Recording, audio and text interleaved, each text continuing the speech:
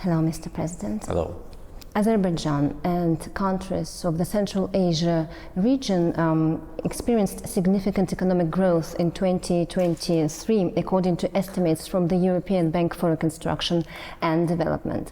This strong growth is attributed to a high level of migration and remittances originating from Russia, which is under sanctions. Additionally, there has been an increase in regional exports and imports, including business with China. The outlook for 2024 shows the same positive trend.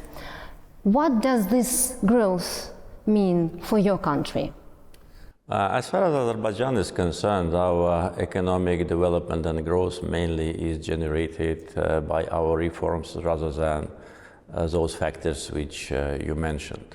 We managed to diversify our economy and to reduce dependence on oil and gas sector, though oil and gas sector continues to be the main part of our economy. This year, our economic growth is a little bit modest because of the slight decline of the oil production. But if we look at the past years, for the last 20 years, GDP of Azerbaijan grew more than 4 times.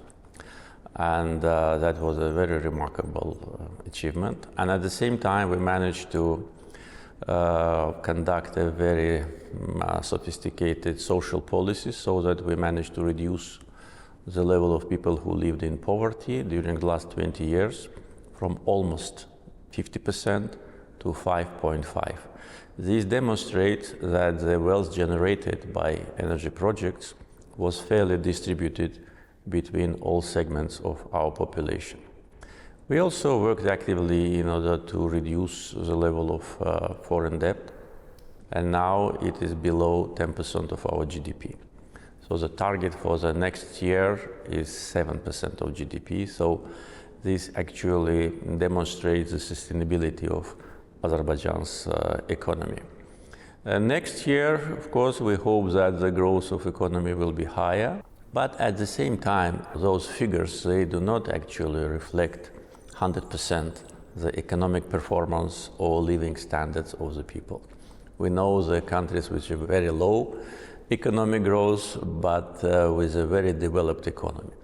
So the bigger your GDP is, the more difficult it is to add to that growth, especially in today's geopolitical situation, where 2 of our neighbors and one of the main trade partners, Russia and Iran, are under sanctions.